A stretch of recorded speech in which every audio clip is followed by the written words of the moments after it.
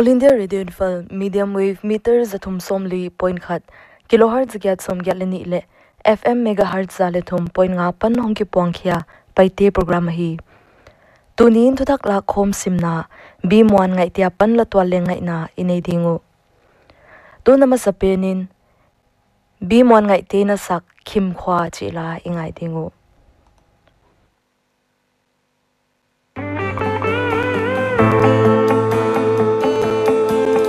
Khimkhua zingin len mui hong kai Zougam leya ka le mau na dim zo ta pian na gam le mu bangai zung zun lo Zougam suak ding bange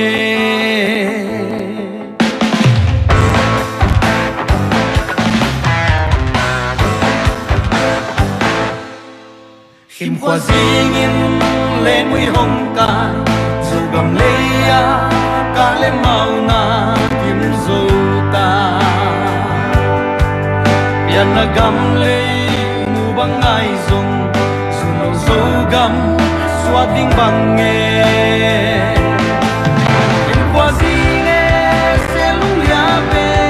bang do ai hiam ke nam lange nu Zougam loi bang thang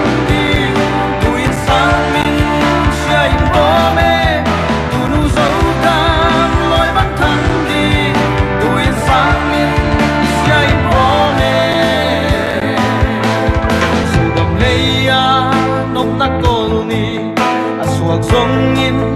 lum mây in bo zo ta e ne gu ta tu nek sia ta te sig le dai bang theng ding hia mo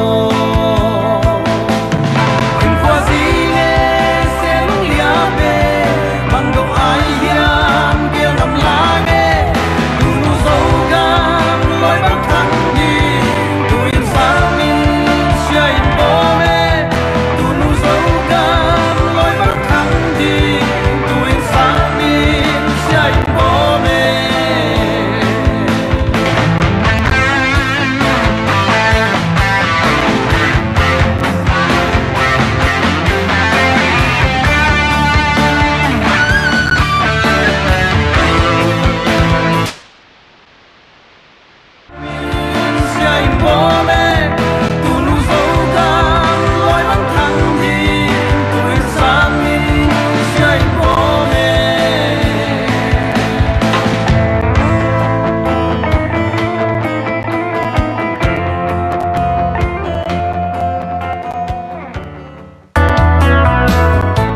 Malaria, dengue le Japanese encephalitis na natiapan ivekun kiveng bitni. Inmun ahi kele inkim le pama thoka ngom the na ding tuivun na munte ahi kele tuivun the na ding munom lo na dia pan lak chiat ting ahi nalupun chiang in thosilen jang te te in ahi theilai le thokang ki ke saklo te te somin chisa hosik na ne nge nge le kiet sang na mun nai pen asa ahi kele solkal dam doin khata malaria le dengue nan na hi yam chi kien sak pa in Japanese encephalitis kilat dana hi le hosik luna longsim tol le the na mang chi te ahi to bang na na ne le dam doin lian te zon pa in la kien kol pa in Thuswatu State Health Society National Vector-Borne Disease Control Program Manipur.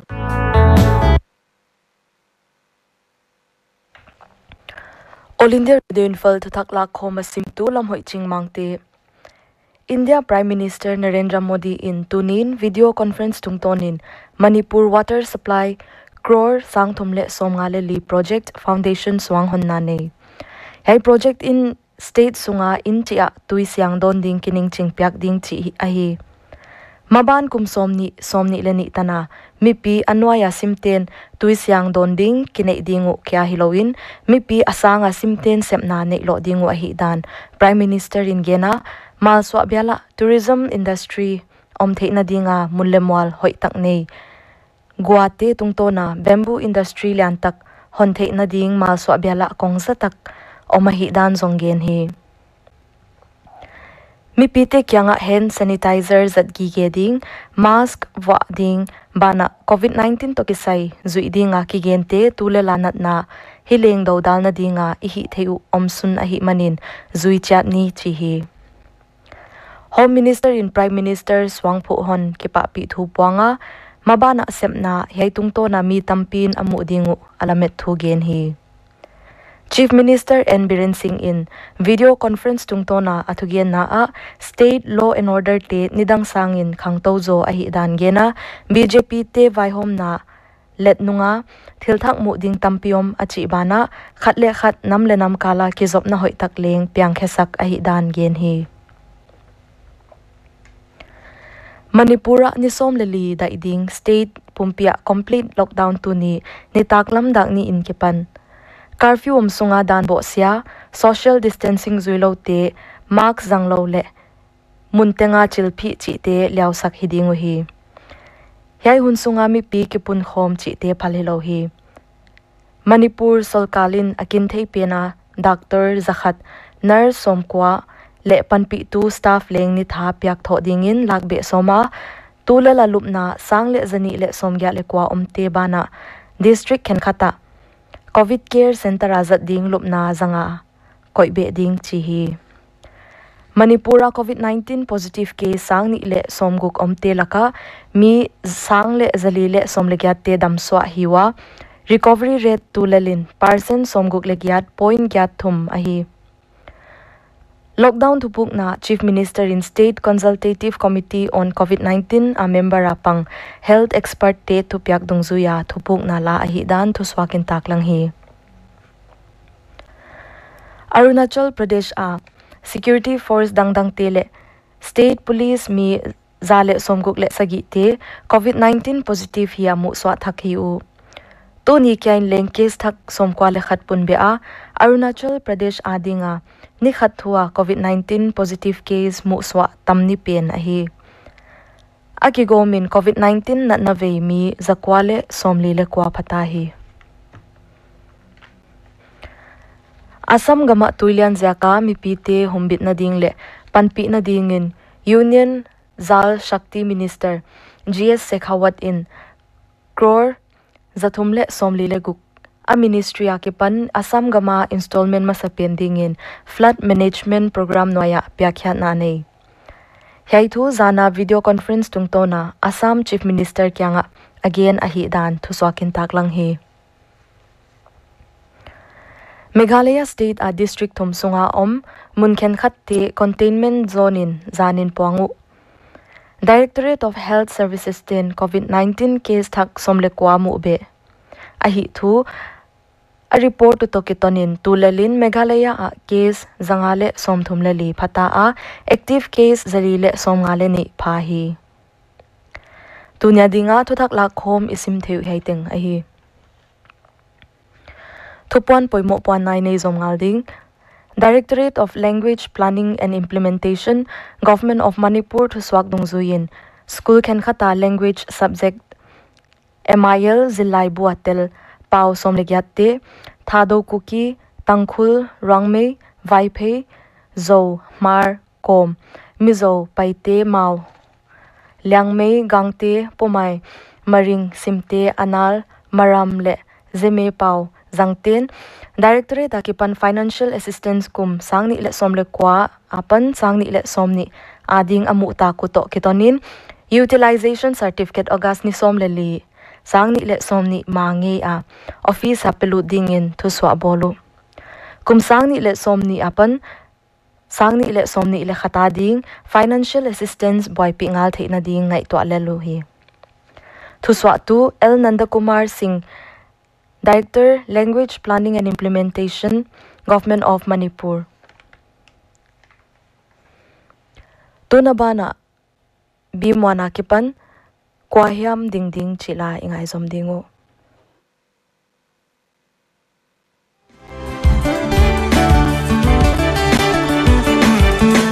Tulay kang naulyalta, lungay di veni, igampu pasat salay. Suhi kagam kalay itiya kam kay bangiha igualin sing bayong hong kumta Kuahiam ding kuahiam kualing sing mabingin ina tatarpat yan ang naiga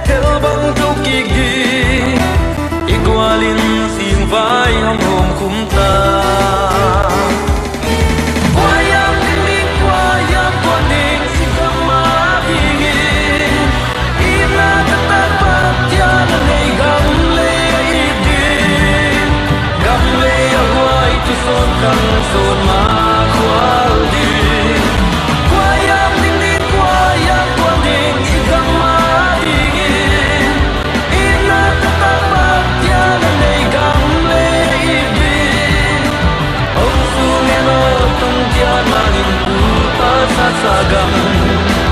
ma chang lai gi nong sia ne no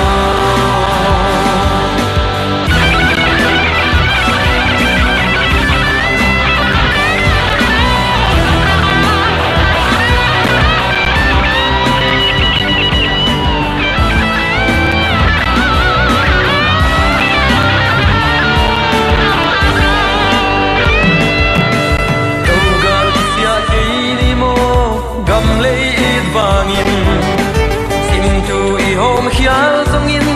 xin hôm kêu tin đi sẽ lung lia pa bang bulte theo bang tu kỳ đi igualin xin vai hong hom khum ta Kuahiam ding Kuahiam con ding xin tâm ma hi ina ta pa tia nei gam le đi gam le ai tu son kan son ma khwal di Kuahiam ding ding Kuahiam con ding si gam ma di ina ta pa tia nei gam le di ong su ne no tung tia mangin ku pa sa sa gam ma tia wa gi nong sia ne no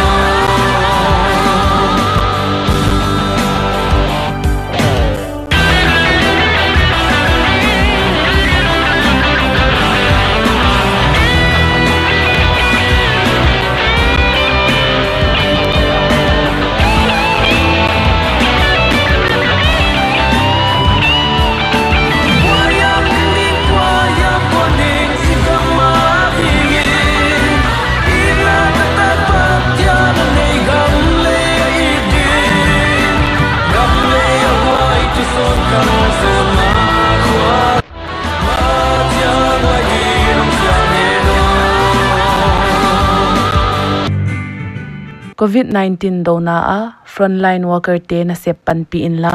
pa toy dan siamin thuzau the zak tu in pangken thubel chian dol le thudik na theina ding in Ministry of Health and Family Welfare website a panlazil in la COVID-19 the zak tu in kwa ma ngo ken COVID-19 veidam kikte ten bol mai loin thu hoi le maban lamet na to han thon zo in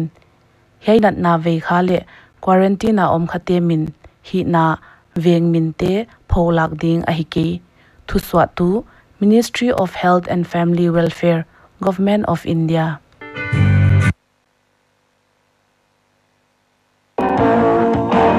All India Radio Imphal Sangai Channel FM zale thum.nga megahertz live in YouTube channel le news on AIR app a Ngaihkhiakna hita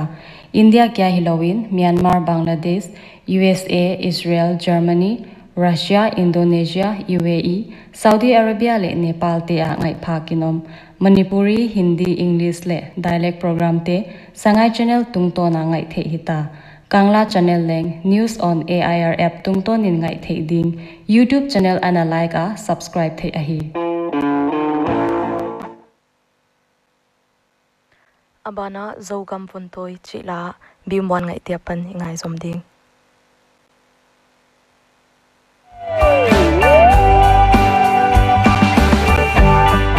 Zougam Vontawi tang pa kahi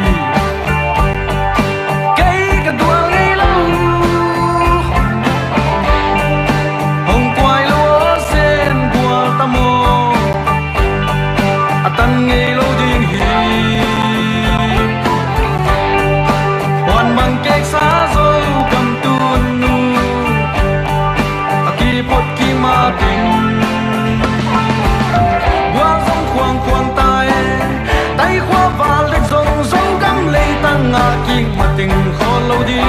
dấu găm văng tôi lìa lệ ta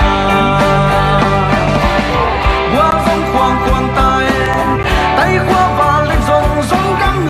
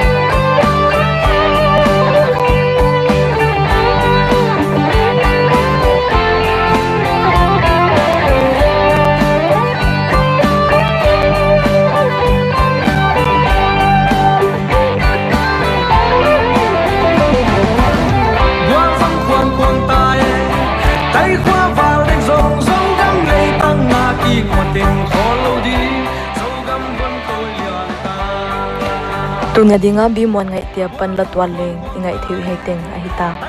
All India Radio Imphal Zingchangin Thuthak Lakkhawm Simna Ngaihte ten phatnala kilom tak tak na hontel khomteu ngaina inedingu. Tuni taklam dakli le minute somli ginto kitonin ni hunwa beita munchi a Paite program Ngaihte ten omnuang le mangpha.